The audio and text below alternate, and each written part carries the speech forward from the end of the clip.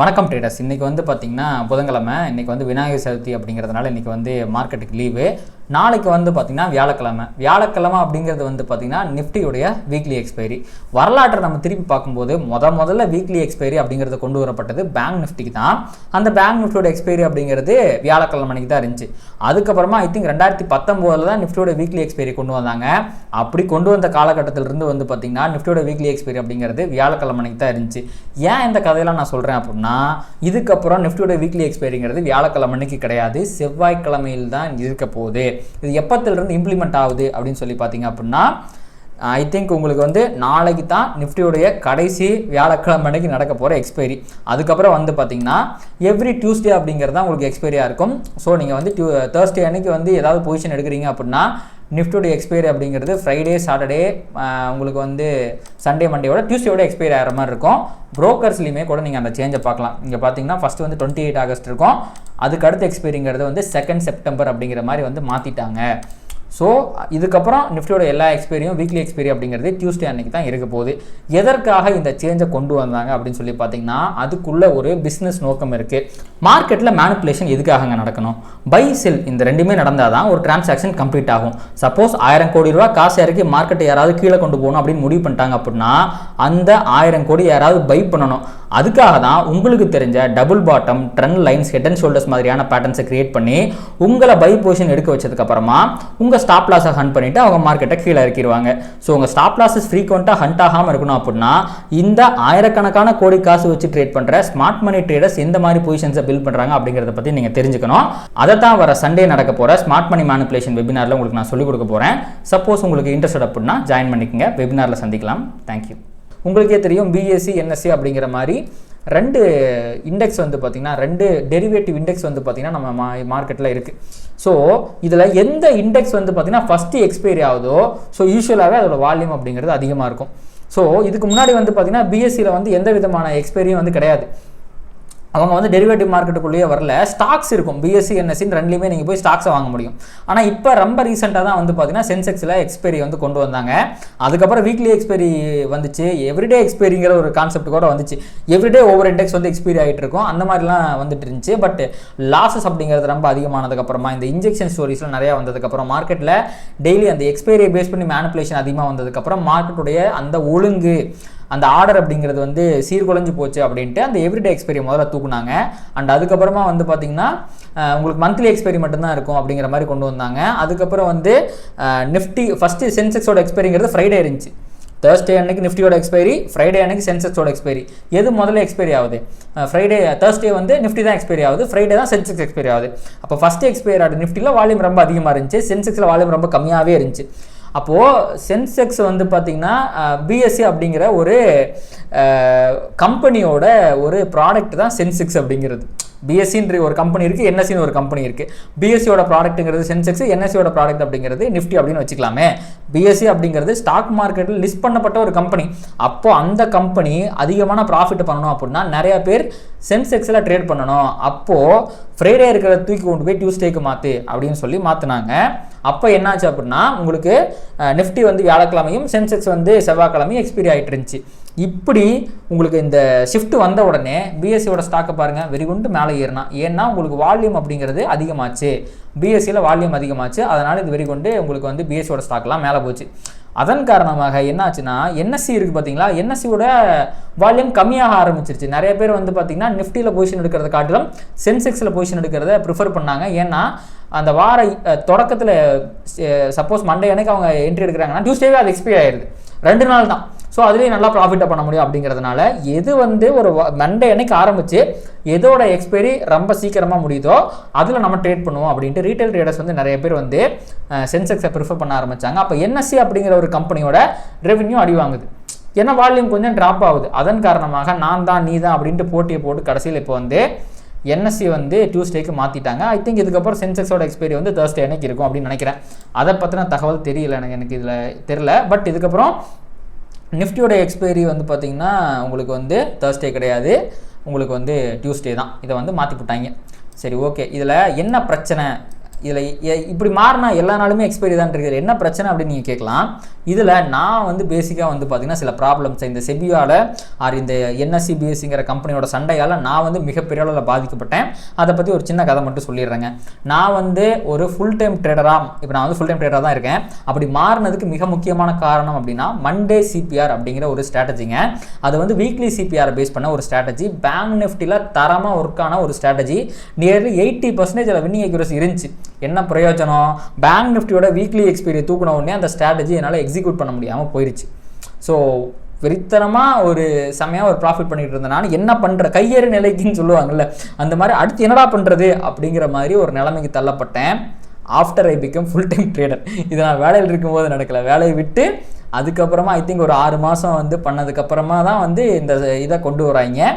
ஒன்றும் பண்ண முடியல. சரி, ஓகே. அந்த மண்டே சிபிஆர் ப்ராஃபிட் பண்ணிட்டு இருந்த காலகட்டத்திலேயே பேங்க் நிஃப்டியில் ஏரோ அப்படிங்கிற ஒரு ஸ்ட்ராட்டஜியை நான் வந்து கண்டுபிடிச்சேன். அது வந்து பார்த்தீங்கன்னா டெய்லி சிபிஆரை பேஸ் பண்ண விஷயம். பட் வீக்லி எக்ஸ்பைரியில் தான் வந்து பார்த்தீங்கன்னா அந்த பொசிஷன் வந்து நம்ம எக்ஸிட் ஆகும். உதாரணத்துக்கு டியூஸ்டே அன்னைக்கு என்ட்ரி கிடைக்குதுன்னா பேங்க் நிஃப்டி எக்ஸ்பைரி தேர்ஸ்டே இருக்குன்னா தேர்ஸ்டே அன்னைக்கு வந்து பார்த்தீங்கன்னா நான் வந்து எக்ஸிட் ஆகும் அப்படிங்கிற மாதிரி. இதோட கோர் லாஜிக் இருக்குது பார்த்தீங்களா, அந்த எல்லா லாஜிக்குமே it is only based on expiry தான். எப்போ நான் என்ட்ரி எடுப்பேன், எனக்கு வந்து ட்ரெண்டு கிடச்ச உடனே என்ட்ரி எடுத்துருவேன். இது டேரக்ஷனல் ஸ்ட்ராட்டஜி. புல்லிஷோ பியரிஷோ ட்ரெண்டு கிடச்ச உடனே என்ட்ரி எடுத்துருவேன். எக்ஸ்பைரி டே அன்னைக்கு வந்து நான் க்ளோஸ் பண்ணிடுவேன். ஏன்னா எக்ஸ்பைரி டே அன்னைக்கு எல்லா ஆப்ஷனுமே 0 ஆயிரும். ஸோ என்னோட ஸ்ட்ராட்டஜியோட கோர் லாஜிக் அப்படிங்கிறது எக்ஸ்பைரி டேயில் எல்லா ஆப்ஷனும் 0 ஆயிரும். அப்போ நமக்கு ப்ராஃபிட் வரும் அப்படிங்கிறது என்னோட ஸ்ட்ராட்டஜியோட கோர் லாஜிக்காக இருந்துச்சு. அப்படி பார்க்கும்போது இப்போ நான் வந்து பேங்க் நிஃப்டி எக்ஸ்பைரி வீக்லி எக்ஸ்பைரியை தூக்கிட்டாங்க. அப்போ வந்து என்னால் மந்த்லி எக்ஸ்பைரிக்கு இந்த ஸ்ட்ராட்டஜி டிப்ளாய் பண்ண முடியல. ஒரு வாரத்துக்கு, அதாவது 3 நாளிலிருந்து 4 நாள் நம்ம என்ட்ரி எடுத்து எக்ஸிட் ஆகிறது தான் வந்து பார்த்திங்கன்னா இந்த ஸ்ட்ராட்டஜியோட எட்ஜாக இருந்துச்சு. அதுதான் வந்து லாங் டேர்மில் ப்ராஃபிட்டபுளாக இருந்துச்சு. இப்போ அந்த எட்ஜே உடஞ்சி போச்சு. நீ பண்ணால் மந்த்லியில் தான் பண்ண முடியும் அப்படிங்கும்போது என்னால் அதை டிப்ளாய் பண்ண முடியல. அந்த பேங்க் நிஃப்டியில் கண்டுபிடிச்ச ஏரோ ஸ்ட்ராட்டஜியுமே பண்ண முடியல, ஏன்னா வீக்லி எக்ஸ்பைரி இல்லை. சரி, ஓகே. மண்டே சிபிஆர் பேக் டெஸ்டிங்லேயே வந்து பார்த்தீங்கன்னா பேங்க் நிஃப்டி அளவுக்கு உங்களுக்கு வந்து நிஃப்டியில் ரிசல்ட்ஸை கொடுக்கல. ஏன்னா பேங்க் நிஃப்டி அப்படிங்கிறது ஸ்டாக் ஸ்பெசிஃபிக்காக இருக்கக்கூடிய ஒரு இண்டெக்ஸ், அதாவது செக்டார் ஸ்பெசிஃபிக் இண்டெக்ஸ். செக்டார் அப்படிங்கிறது எல்லா ஸ்டாக்குமே ஒன்றா மேலே போகும், இல்லைனா கீழே போகும். மோஸ்ட்லி அதோட ஃபண்டமெண்டல்லாம் ஒரே மாதிரி தான் இருக்கும். அதுக்கு வர நியூஸ் எல்லாம் ஒரே மாதிரி தான் இருக்கும். ஸோ கொஞ்சம் வாலட்டைலாக இருக்கும். ஆனால் நிஃப்டி அப்படிங்கிறது ஒரு டைவர்சிஃபைடு இண்டெக்ஸ். இல்லை ரிலையன்ஸ்னு ஒருத்தன் தனியாக இருப்பான், அவன் ஆயில் கம்பெனி. அதுக்கப்புறம் வந்து பார்த்தீங்கன்னா பாரதி ஏர்டெல் ஒரு ஹெவி வெயிட் தான், அவன் வந்து பார்த்தீங்கன்னா நெட்வொர்க் கம்பெனி. அப்புறம் வந்து பார்த்தீங்கன்னா உங்களுக்கு டிஃபென்ஸ் கம்பெனி இருக்கும், அப்புறம் வந்து ஐடி கம்பெனி இருக்கும், அப்புறம் வந்து எஃப்எம்சிஜி கம்பெனி இருக்கும். இந்த மாதிரி ஒவ்வொரு செக்டார், எல்லா செக்டாரையும் ஒன்றா சேர்த்து பண்ண நிஃப்டியால் வந்து பார்த்தீங்கன்னா அந்த அளவுக்கு ஒரு பெரிய ட்ரெண்டை கொடுக்க முடியாது. Compare to bank Nifty. நிஃப்டியும் ட்ரெண்ட் ஆகும், இல்லைன்னா சொல்லலை. பட் அது ஓவரால் மார்க்கெட்லேயே வர ட்ரெண்ட் அப்போ தான் வந்து நிஃப்டி ட்ரெண்ட் ஆகுமே ஒழிய ஸ்பெசிஃபிக்காக ட்ரெண்ட் ஆகாது. அப்போ அதோட வால்டாலிட்டிக்கும் அதோட நேச்சருக்கும் இந்த வீக்லி பண்ணுற பொசிஷன் செட் ஆகலை. ஆனால் ஏரோ ஸ்ட்ராட்டஜி செட் ஆச்சு. அப்படி பண்ணும்போது திருப்பியும் பிரச்சனைகள் வந்துச்சு. அது வந்துச்சு, இது வந்துச்சு, இதை நான் மாற்ற போகிறேன்னாங்க. எனக்கு பயம் வந்துருச்சு. நம்ம இப்போ ஃபுல் டைம் ட்ரேடராக வேறு இருக்கிறோம். இந்த மாதிரி நம்ம வந்து ரிஸ்க் எடுக்கக்கூடாது. சப்போஸ் இதை மாற்றிட்டா என்ன பண்ணுறது? அதாவது இதை வந்து முன்னாடியே எனக்கு வந்து இது பேச்சு வந்துச்சுங்க. இதை வந்து இப்போ தான் இம்ப்ளிமெண்ட் பண்ணியிருக்காங்க. ஆனால் இதுக்கான விதை நான் வந்து நம்ம இதுக்கப்புறம் இந்த லாஜிக்கை வச்சு பண்ண வேணாம்னு முடிவெடுப்பவே போட்டாங்க. டியூஸ்டே அன்னைக்கு மாற்ற போகிறோம். அதுக்கு காரணம் இந்த வால்யூம் ட்ராப் ஆகுது, ரெவன்யூ ட்ராப் ஆகுதுங்கிற காரணத்தை அப்பவே சொல்லிட்டாங்க. மாறாதுன்னு நினச்சேன், ஆனால் அதையும் வந்து மாற்றிட்டாங்க.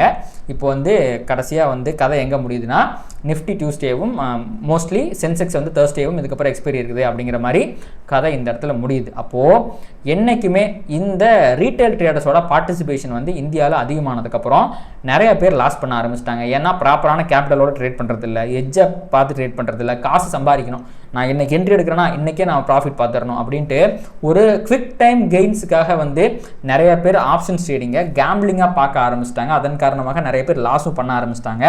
ஸோ செபி அதுக்கு ஏதோ ஒரு நடவடிக்கை எடுத்து தான் ஆகணும். அதன் காரணமாக தான் இந்த மாதிரி பல விஷயங்களை பண்ணிக்கிட்டு இருக்காங்க.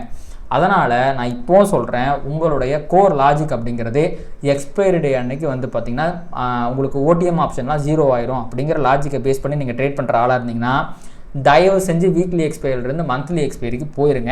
அதுக்கேற்றாப்புல ஏதாவது ஸ்ட்ராட்டஜியை கண்டுபிடிச்சிக்கங்க. நீங்கள் வீக்லி எக்ஸ்பைரி நம்பிக்கிட்டு இருந்தீங்கன்னா இவங்க பண்ணுற இந்த குடிமைப்பிடி சண்டையில் நம்ம மாட்டிக்கிட்டு பொழந்துருவோம். ஸோ சின்ன கேபிட்டலாக இருக்குன்னா பிரச்சனை இல்லை. சப்போஸ் உங்கள் கேபிட்டல் பெருசாக இருக்குன்னு வச்சுக்கங்களேன், நீங்களும் ஃபுல் டைம் ட்ரேடர் ஆகணும்னு ஆசைப்பட்றீங்க, ட்ரேடிங்கை பேஷனாக பண்ணிட்டு இருக்கீங்கன்னா இவங்க போடுற சண்டையில் ஒவ்வொரு டைமுமே நம்ம லாஜிக்கை மாற்றி சிஸ்டமை திருப்பி பேக் டெஸ்ட் பண்ணி கடைசியில் அதெல்லாம் டைம் வேஸ்ட்டு தான்.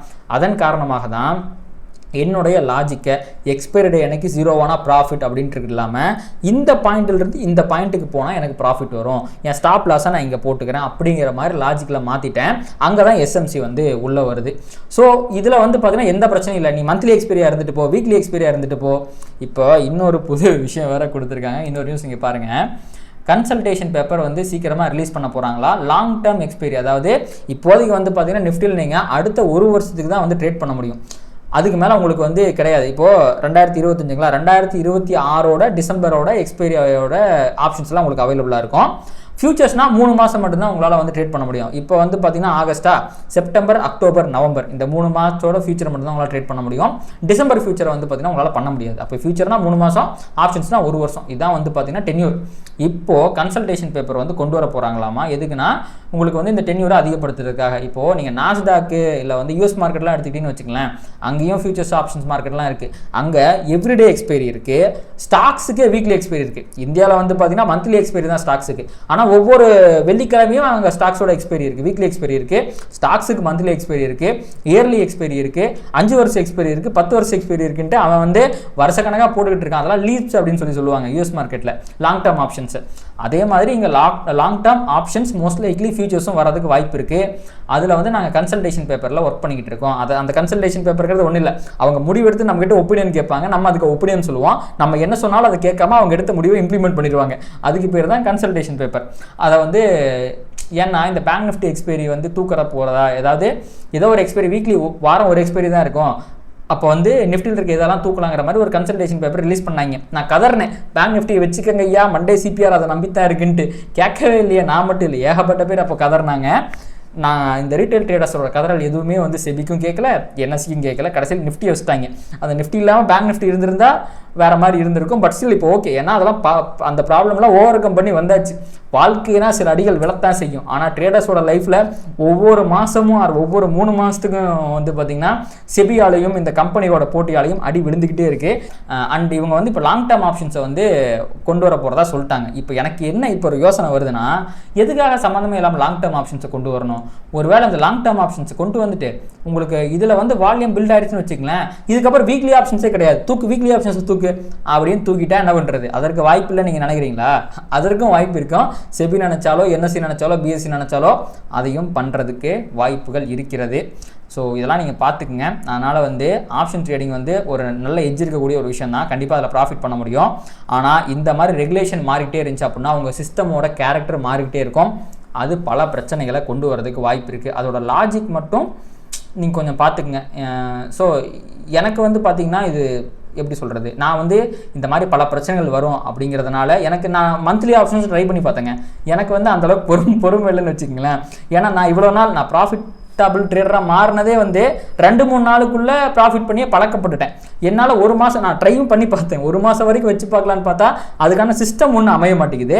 ரெண்டாவது அந்த 1 மாதம் காத்திருக்கிறதுக்கான பொறுமை என்கிட்ட இல்லை. ஏன்னா என்னோட ப்ராஃபிட்டபிள் எல்லாமே வந்து பார்த்தீங்கன்னா கொஞ்சம் ஷார்ட் டேர்மில் 1 வாரம், அதிகபட்சம் என்னால் 2 வாரம் காத்திருக்க முடியும். ஸ்விங் ட்ரேடிங் ஸ்டாக்ஸில் பண்ணனா ஒரு 2 வாரம் காத்திருக்க முடியும். 1 மாதமா அதெல்லாம் நமக்கு பழக்கமே இல்லைங்கிற மாதிரி எனக்கு அது கொஞ்சம் கஷ்டமாக இருந்துச்சு. அதன் காரணமாக தான் ஓகே, அப்போது நம்மளுடைய சைக்காலஜிக்கு ஏற்ற மாதிரி ஒரு விஷயத்தை நான் வந்து இந்த ஸ்மார்ட் மணி மூலமாக கட்டமைச்சிக்கிட்டு அதுலேயே வந்து நான் ட்ரேட் பண்ணிக்கிட்டு இருக்கிறேங்க. அதனால் நீங்களும் பார்த்துக்குங்க. இந்த மாதிரி வந்து ஆப்ஷன்ஸ் ரிலேட்டடாக எதை பண்ணாலும் சரி, இவங்க போகிற ரெகுலேஷனால் நிறையா பிரச்சனைகள் வரதுக்கு வாய்ப்பு இருக்குது. ஆனால் இவங்க என்ன ரெகுலேஷனை மாற்றினாலும் மந்த்லி எக்ஸ்பைரியை மாற்ற முடியாது. அதை ஒன்று புரிஞ்சுக்குங்க. ஸோ உங்களுடைய லாஜிக்கை மந்த்லி அந்த எக்ஸ்பைரி முடியும் போது எனக்கு என்னோட ஓடிஎம் ஆப்ஷன்லாம் 0 ஆயிரும் அப்படிங்கிற மாதிரி வச்சுக்கோங்க. கண்டிப்பாக அது சேஃப். நீங்கள் வீக்லி ஆப்ஷன்ஸை வந்து கட்டமைச்சு எந்த விஷயம் பண்ணாலும் அது வந்து தப்பாக போகிறதுக்கு வாய்ப்பு இருக்குது. அப்படி இல்லைனா நீங்கள் இன்ட்ராடே ட்ரேடர் ஆயிடலாம். இன்ட்ராடேயில் வந்து பார்த்தீங்கன்னா நான் இங்கேருந்து இங்கே போகிற மாதிரி நான் என்ட்ரி எடுக்கிறேன். ஸோ இந்த இடத்துல என்னோட என்ட்ரி ஸ்டாப் லாஸ் டார்கெட்டுங்கிற மாதிரி போட்டாலும் சரி, இல்லை இன்ட்ராடேவோட ட்ரெண்டை முடிச்சு நான் என்னவானாலும் சரி இன்ட்ராடேக்குள்ளே நான் ட்ரேடை முடிச்சிருவேன் அப்படிங்கிற மாதிரி இருந்தாலும் சரி, நீங்கள் அந்த மாதிரியும் பார்க்கலாம். ஆனால் இதில் என்ன பிரச்சனை அப்படின்னா, இருக்கிறதுலே ரொம்ப கஷ்டம் மார்க்கெட்டில் ரொம்ப கம்மியான டைம் ஃப்ரேமில் மார்க்கெட்டை ப்ரெடிக்ட் பண்ணுறது தான். அதனால் நீங்கள் சப்போஸ் இன்ட்ராடே ட்ரேட் பண்ணிங்க அப்படின்னா உங்களுக்கு இந்த லாஜிக்லாம் ஒர்க் அவுட் ஆகலாம். பட் நீங்கள் ப்ராஃபிட் பண்ணுறதுக்கான வாய்ப்புகள் குறைவு. ரெண்டாவது இதோட மார்ஜினையும் வந்து ஏற்றி விட்டுருவாங்க. ஸோ இப்போவுமே வந்து ஆல்ரெடி வந்து ஏற்றி தான் இருக்குது. சப்போஸ் உங்களுக்கு வந்து வீக்லி எக்ஸ்பைரிலாம் தூக்கிட்டாங்கன்னு வச்சுக்கங்களேன், பை வீக்லி கொண்டு வர்றாங்க, இல்லைனா வந்து மந்த்லி எக்ஸ்பைரி மட்டும்தான் இருக்குன்னா உங்களுக்கு அந்த ப்ரீமியம், சப்போஸ் நீங்கள் ஆப்ஷன் பையராக இருந்தீங்கன்னா ப்ரீமியம் ப்ரைஸ்லாம் அதிகமாகிடும். இப்போ வந்து நீங்கள் மாத தொடக்கத்தில் பேங்க் நிஃப்டியில் பண்ணிங்கன்னா ஒரு ஆப்ஷனை பை பண்ணுறதுக்கு 25,000 30,000 ஆகும். அர்த்த மணி பண்ணுறதுக்கே. ஸோ அப்படி ப்ரீமியம் ஏறுறதுக்கும் வாய்ப்பு இருக்குது. அதனால் வந்து நம்ம வந்து ரீட்டைலர்ஸ் வந்து பார்ட்டிசிபேட் பண்ணக்கூடாது. நீங்கள் உங்கள் ப்ரோக்கரை லாகின் பண்ணாலே அதில் போட்டிருப்பாங்க 50,000 ரூபா வந்து மினிமம் ஒவ்வொரு ரீட்டைலருமே லாஸ் பண்ணுறாங்க அப்படின்ட்டு. அதுக்கு காரணம் ஆப்ஷன் ட்ரேடிங் பண்ணுறது தான். இதில் இருக்க ரிஸ்க்கை பற்றி தெரிஞ்சுக்காமல் ப்ராப்பரான கேபிட்டல் இல்லாமல் தான் வந்து ஏகப்பட்ட பேர் லாஸ் பண்ணிக்கிட்டு இருக்காங்க. அவங்கள சொல்லி குத்தம் இல்லை. இப்போ இந்த பேர் நிறைய பேர் லாஸ் பண்ணிட்டாங்க அப்படின்னா அது அவங்களுக்கே ஒரு பெரிய பிரச்சனையாக கூட முடிஞ்சிடலாம். இப்போது இந்த ட்ரீம் 11ல் இந்த மாதிரி சூதாட்டத்தில் போய் லாஸ் பண்ணுறாங்கன்னு வச்சுக்கங்களேன், அது வந்து கவர்மெண்ட்டுக்கு பிரச்சனையாகவும், எப்படி சொல்கிறது, நிறைய பேர் கேள்வி கேட்க முடியாது. கம்பெனியை தான் கேள்வி கேட்க முடியும். ஆனால் அந்த கம்பெனி எதுவுமே கவர்மெண்ட் கம்பெனி கிடையாது, ப்ரைவேட் கம்பெனி. ஸோ அந்த மாதிரி சில சட்ட சிக்கல்கள்லாம் இருக்குது. அது பெரிய இஷ்யூ ஆகாது. இப்போ அதுவுமே வந்து பேன் பண்ணிட்டு இருக்காங்க, நல்ல விஷயம் தான். ஆனால் இதுவே ஸ்டாக் மார்க்கெட்டில் இந்த மாதிரி நிறைய பேர் லாஸ் பண்ணாங்கன்னு வச்சுக்கங்களேன், டேரெக்டாக கேள்வி கவர்மெண்ட் மேலே போகும். ஸோ அதனால் செபியுமே அதில் தப்பு சொல்லிலாம் ஒன்றும் இல்லை. ஏன்னா நிறையா ரீட்டைல் ட்ரேடர்ஸ் வந்து பார்த்தீங்கன்னா ஆப்ஷன் ட்ரேடிங்கில் லாஸ் பண்ணுறாங்களா ப்ராஃபிட் பண்ணுறாங்கன்னு கேட்டிங்கன்னா லாஸ் தான் பண்ணுறாங்க. அப்போது கவர்மெண்ட்டுக்கு அது பிரச்சனை. இங்கே லாஸ் பண்ணுறதோட நம்பர்ஸ் அதிகமாகும் போது, இல்லை அவங்களோட வேல்யூ, அந்த அமௌண்ட் ஆஃப் மணி வந்து லாஸ் ஆகிறது அதிகமாகும் போது அவங்களுக்கு அது பிரச்சனை ஆகுது. அதனால தான் இதெல்லாம் வந்து கர்வ் பண்ணும் அப்படின்ட்டு நிறைய ரெகுலேஷன் சேஞ்சஸை கொண்டு வராங்க. அதை நம்ம குத்தம் சொல்ல முடியாது. ஸோ மார்க்கெட்டில் இந்த மாதிரி தாங்க ஏதோ ஒன்று நடந்துகிட்டே இருக்கும். இதுக்கு முன்னாடி வீக்லி ஆப்ஷன்ஸ் ஒரு கான்செப்டே கிடையாது, மந்த்லி ஆப்ஷன்ஸ் மட்டும்தான் இருந்துச்சு. அதுக்கப்புறம் வீக்லி ஆப்ஷன்ஸை கொண்டு வந்தாங்க, அப்புறம் வந்து எவ்ரிடே ஆப்ஷன்ஸை கொண்டு வந்தாங்க, அப்புறம் எல்லாத்தையும் தூக்குனாங்க. இந்த மாதிரி மார்க்கெட் வந்து 3 மாதத்துக்கு ஒருக்காவோ 1 வருஷத்துக்கு ஒருக்காவோ மாறிக்கிட்டே தான் இருக்கும். அதனால் லாஜிக் என்ன, எந்த மாதிரி மார்க்கெட் கண்டிஷன் மாறினாலும் நம்மளால் ப்ராஃபிட் பண்ண முடியுமா அப்படிங்கிறதெல்லாம் யோசித்து அதுக்கேற்றாப்புல வந்து பார்த்திங்க அப்படின்னா ஒரு ஸ்ட்ராட்டஜியை கண்டுபிடிச்சி ட்ரேட் பண்ண ஆரம்பிங்க.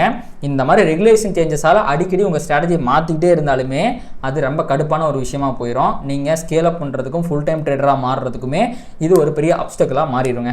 ஸோ எக்ஸ்பீரியன்ஸில் சொல்கிறேன், இதை வந்து நீங்கள் பார்த்து சூதானமாக கவனித்து அதுக்கப்புறமா பண்ணுங்கள். அதை தாண்டி இந்த வீடியோ உங்களுக்கு வந்து யூஸ்ஃபுல்லாக இருந்துச்சு நினைக்கிறீங்கன்னா அதை லைக் பண்ணுங்கள், கமெண்ட் பண்ணுங்கள், அண்ட் ட்ரேட் பண்ணுற மற்ற நண்பர்களுக்கும் ஷேர் பண்ணுங்கள். அது யூடியூப் அல்காரிதம் ட்ரிகர் பண்ணி நம்ம நிறைய பார்வையாளர் நம்ம சேனல் கொண்டு சேர்க்கும். நன்றி.